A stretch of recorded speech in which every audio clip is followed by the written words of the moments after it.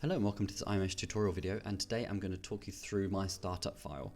If you don't already have your own startup file, then I would highly recommend that you do. It's really easy. You just basically set up what you do every time. Then you could just go to File, Defaults, Save Startup File. So then if you then load it up another time, then that is exactly what you're presented with the next time you load it up. So this will be that file. So I can talk you through mine. I can tell you why I have it as it is, and then you can decide if you like things or if you don't like things, and we can go from there. Secondly, I need a haircut and I need to get it cut before we go into a second lockdown, which I'm sure is coming. So ignore my fluff ball on top. And next thing, we are on Twitter. We have made the jump. We actually joined a year ago, but we haven't ever tweeted, and I thought that I would join the conversation, and I've just posted a couple of things like that we have released. I'll be posting topics and conversations, so if you have Twitter, I'd really appreciate the follow, and you can maybe guide me into how the world of Twitter works. And I'm talking like a grandpa, but I'm enjoying it. The conversations are cool, and I am here to stay. So the startup file. Oh, actually, next thing. So we have an asset manager, and we are sorry that got put on hold. We kind of made this new iMeshh exclusive, and we just were pumping out models and models and models, and that one kind of fell into the back burner. But we are finally developing it again. One of the biggest problems with 2.9 was that certain models, if they were released in 2.79 and we created it would then not import the model correctly. But now it does. Now the model is importing it. This is a new version that I haven't released just yet, but this will be coming out within the next 2 weeks, and with a few new features as well, like hopefully hiding this Corona button if there is no Corona version, and a few other settings to make it work a bit nicer. And we are putting a certain amount of the iMeshh exclusive money in towards the asset manager each month.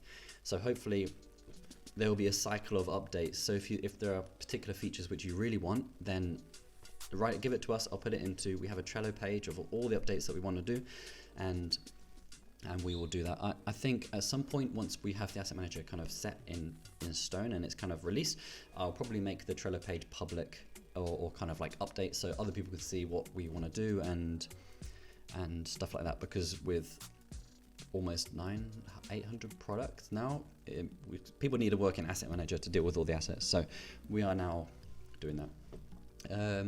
Right, to the tutorial. First things first, we have, if I go back to the camera view, so we have the camera. So this camera is, I already have the pass out, and that is this thing. I hate seeing more than what the camera can see, because I want to work on the composition of the camera, and the camera needs to be in the perfect position. And there's something about having a 50% background. We can kind of see the background, and then the final render where you can't. It feels different to me. So I'd rather just turn it to full. If you're looking through a camera, you can only see what the camera can see. You can't see around it if you've got your eye to it. So that is what I like. That's just a minor thing that I do. I also have the focal length set to 80 millimeters,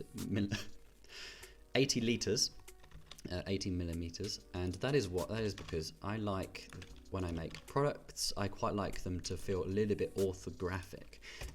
So this basically removes the perspective, basically. So if I zoom out now, whoop, it looks almost like it's an orthographic shot. And 80 also still has that feel. There is still some perspectiveness to it, of course, but not as much as, like, it's the default 30. I don't know. Whoa! So like there's tons of perspective, but I think that for me, product shots, 80 as my default is good. What next? The floor. So I have a floor. I know that a lot of people, they use, and I do sometimes too, it kind of depends on what I'm looking for, but they have this this back plane when they have a product render, and that is, like, I use that sometimes too also, but it takes longer to render, and so when I do previews, especially when I'm working on the product, I don't want it to take longer to render. So if I do this rendered view, you can see it's going up. But if I go over to where there's no background, look how much faster that is. When there's no background, you know, it's got nothing to render. So if I remove this and go down here, if I bring that back, it's slower.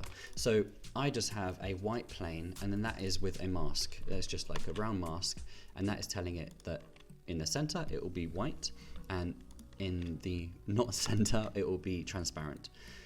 And that is kind of more than I need. That is kind of that for me, when I'm working on a product, that is all I need to see.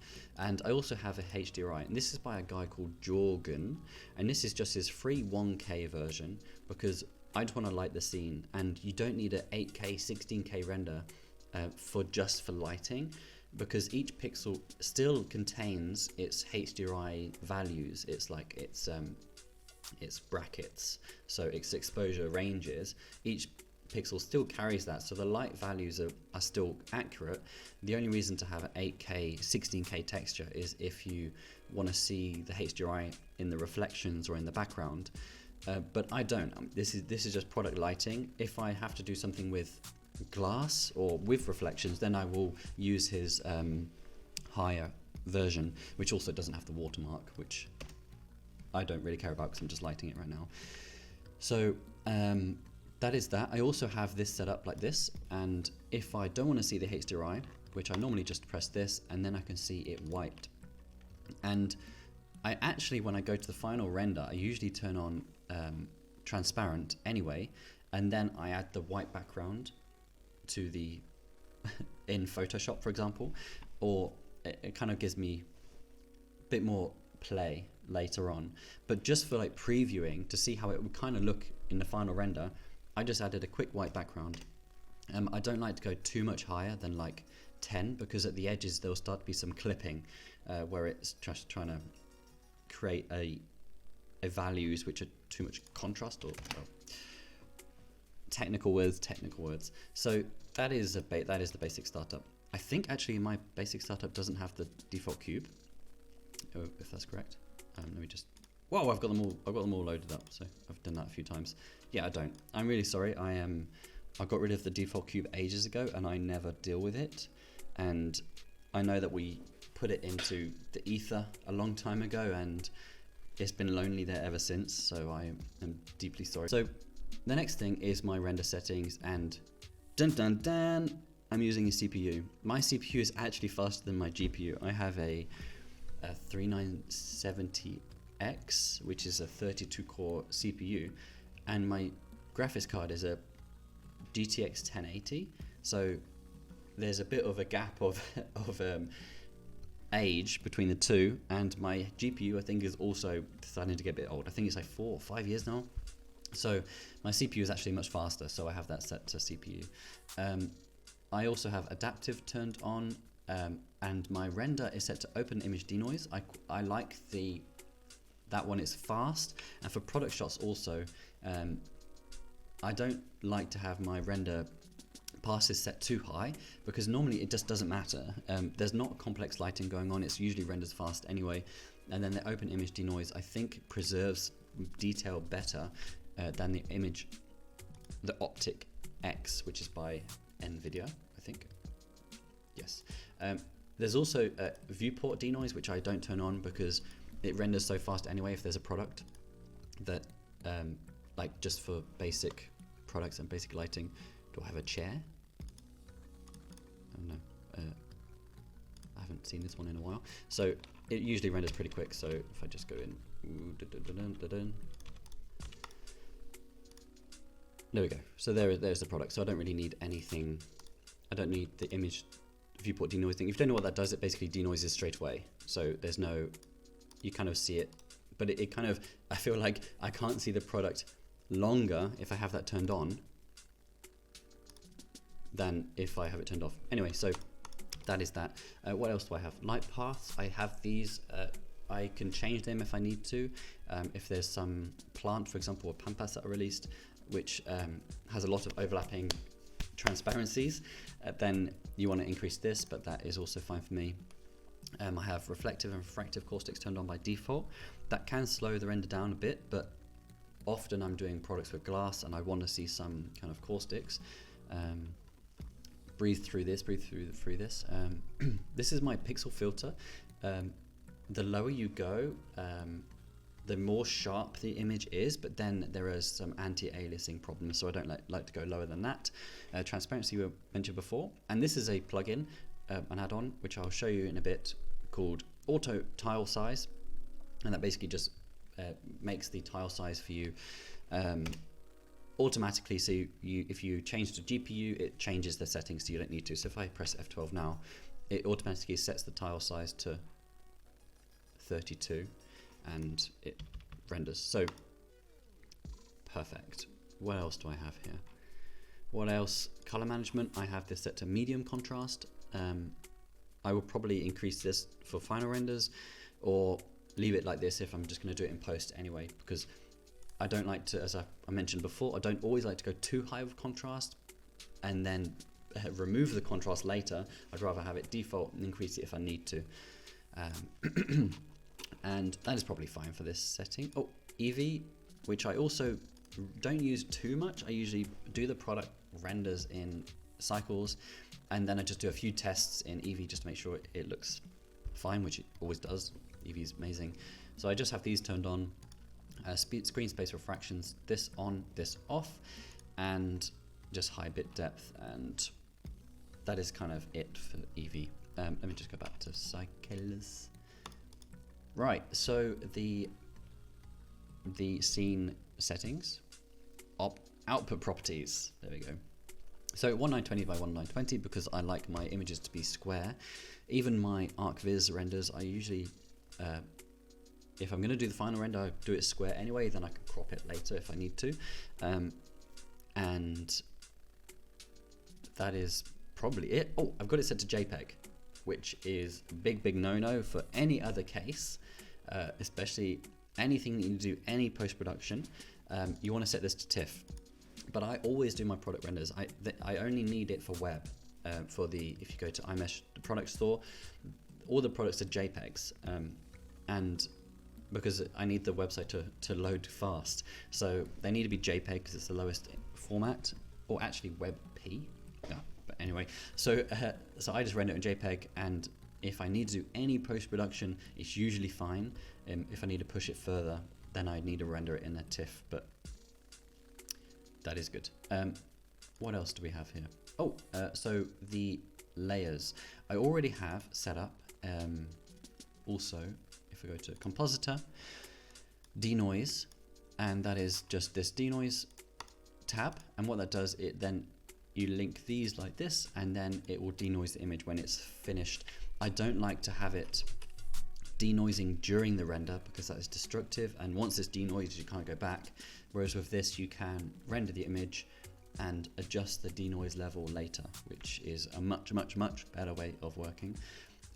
I don't deal with the other passes because generally it's needless energy. I never need to use them unless I'm going to do some product shots, some interior renders, and that is probably fine. I've gone over that one. So we'll go over some settings in the preferences. So file paths, applications, image editor, I have set to Photoshop. So if I have an image open, this one, and then if I go to edit externally, it will then open Photoshop, and then I can edit this image. And then if I do, I don't want to hit save because I want this image. Sorry, yeah, I don't want to ruin this one. So if I click save now and then go to image and then reload, it will then load in the change which I just did, and that is amazing. Like that's a very underlooked feature, that if you have an image editor, then you should definitely load this. Animation, I have set the default interpolation to linear because I personally, if I'm ever doing animations, I'm using just a camera movement, and if you're doing animations, you should always have the camera moving from start to finish in one smooth motion. You don't want it to go speeding up and slowing down, because that is really jarring. So like if you cut from one camera that goes speeds up, slows down, cuts to the next camera which speeds up, slows down, and then goes from that, it feels really horrible. So I only ever use linear because I only use it for cameras. You might want to change it to something else if you're doing like character movements. Then they often need like Bezier kind of curves that you can kind of adjust how they how they jump and then how they land. So that is that. So what other things do I have? I have, as my defaults, I have Node Wrangler. Turn that on. That is amazing. Loop tools. That is also probably the most amazing thing ever. So I want this face to be a circle, so I go to Edit, Loop Tools, Circle. Amazing. I wonder what happens if I do this. Circle. Oh, it's a cylinder now. Okay, nice. Okay, so that is Loop Tools. It also has a bunch of other things. So you can relax, flatten, loads of other things. So if this is like this, you can click all these and click flatten, and it finds out the average of them all and flattens them all. So that is great. What else do I have? Extra objects. So you want to have on extra objects, and then you can have like gears and things, and also under curves you can have spirals and all these other fun things.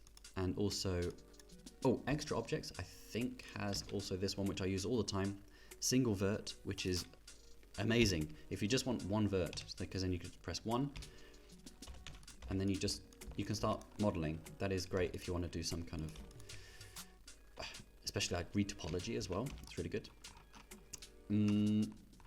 What else? Bolt Factory. Wasn't turned on. So Bolt Factory is what we use for the bolts, which is, where are you? Someone can see it and they're like, it's over there. Oh, it's at the bottom. Bolt.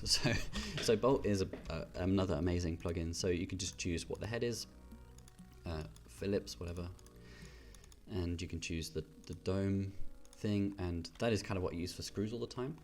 And yeah, it's great. I don't know why it always imports them so freaking big. I never need a 3 meter bolt. So it'll be nice if they update that to be actual real bolt size. I know there's other ones which I use, but I can't think at the moment. I think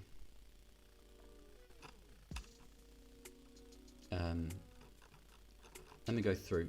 Try lighting. That's also quite nice. So if I add a cube and then I want to add just some really quick lighting to it, I can add 3-point lighting, which is like the go-to lighting setup for most things, like products, I guess.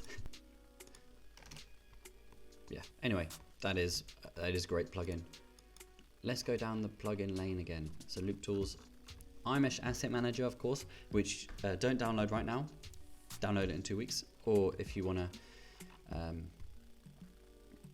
UV Squares. That is a paid one, but that is, I've gone over it in other tutorials. It is amazing for making square... where am I? So if you have your UVs, and I mean, these are already square. I don't know what happened, but you can make it square and it goes weird because it doesn't know what it's trying to do. It's usually pretty good. I'm probably going to wrap that up now. I think that this was helpful to some people. I'm going to be on Twitter, so give us a follow. And I just want to say, in regards to the exclusive membership on iMeshh, we have had incredible feedback. The response has been more than we can imagine. We've had requests left, right and center for types of products that people want, and we are working as hard as we can to produce them all. We are making doors now, windows, and also some window ledge cushions, because they apparently are in high demand. So we're making those. If you have any requests, just send us a message, respond to this video or anything, and we'll add that to the ever-growing list of products. But anything that you do request, we do add it to the list, and we will get onto it at some point. But this is just a lot of work to do, so we'll get to that as soon as possible. Yeah, if you don't know, iMeshh exclusive, it's $99 for the entire library. If you stay subscribed, then you can keep downloading all new products throughout the year, and any new products we release, which is 30 per day, 30 per month, 30 per month. God, 30 per day I don't think I'd be sleeping. And also scenes that we're releasing, courses in future and everything. We actually have a new scene coming, which is going to be something like this, which I've actually already released this sofa, this carpet, this moldings for the wall, and this will be a scene which I release hopefully at the end of the month. It might be going into the next month onwards. I'm just trying to actually release the products in the first place, and then I'll come back to this when I have time. But this should be a pretty cool scene to release. I'm trying to make all the materials perfect because I want it to be like a really interesting scene that anyone can just explore and really get into the nitty-gritty. Everything from the floor material being dirty to this bump displacement thing, which is one of my favorite chairs of all time. It's called a Pasha chair. This is a ramble now, so I'm gonna cut this off, and thank you for watching, and subscribe, like, and press that ding dong bell, and you'll be notified of all our amazing fantastic videos which are coming out. Thank you very much.